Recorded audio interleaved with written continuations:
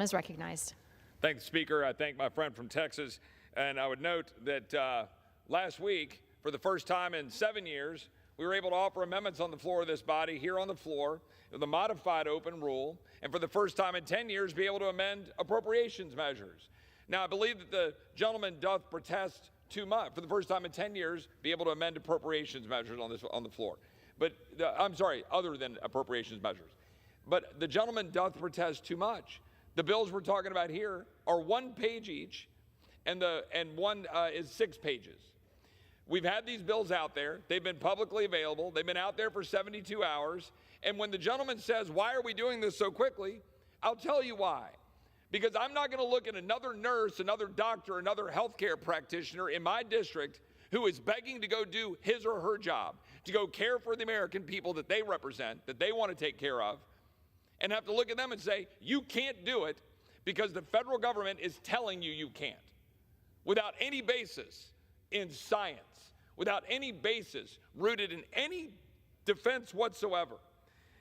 Keep in mind this: the OSHA mandate put forward by this president, struck down by SCOTUS, the federal employee mandate enjoined by the Fifth Circuit, federal contractor mandate enjoined by federal courts, Head Start mandate enjoined by federal courts, leaving the CMS mandate remaining in effect, still making it impossible for some of the men and women who want to serve their constituents and take care of them to be able to do so. But let's just keep in mind what we're operating under, something that dates back to September of 21, keeping in mind that Dr. Walensky, the CDC director, said in August of 21, quote, what they can't do, they being the vaccines, what they can't do anymore is prevent transmission. The CDC's own website right now says on the website that the vaccine does nothing for transmission, 0.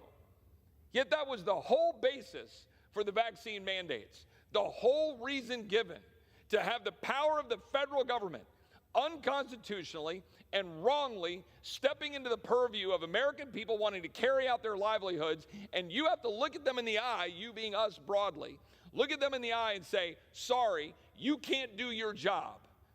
You can't do your job because some bureaucrats in Washington said so.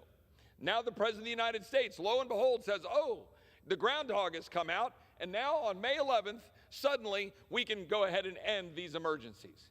We can go ahead and end the public health emergencies, end the national emergencies, so that we can move on. On May 11th, the magic date that the groundhog has thus spoken.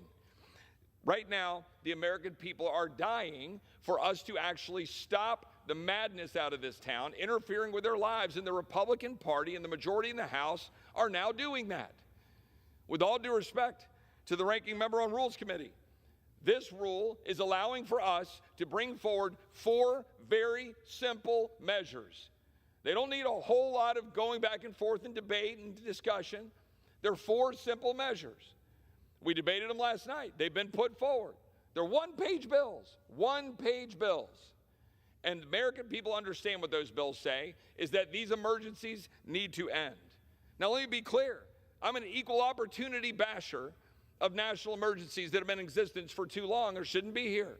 I introduced legislation when President Trump was president, saying that we should end 40 years of national emergencies. The Article 1 Act, Senator Mike Lee and I introduced.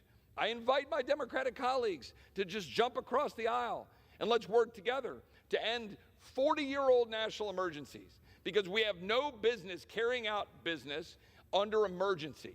Why aren't we praising and applauding the end of the emergencies? Why aren't we saying this is a great day in America that we can move forward? And one last point on the efficacy of the vaccines.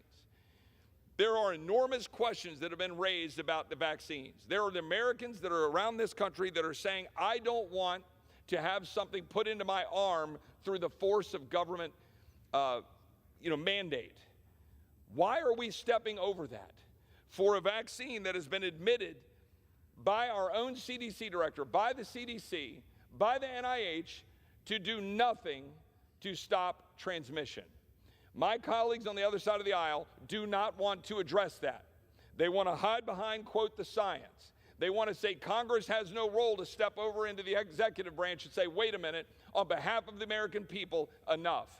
But today, the Republican majority is saying enough. We should support this rule, and I yield back.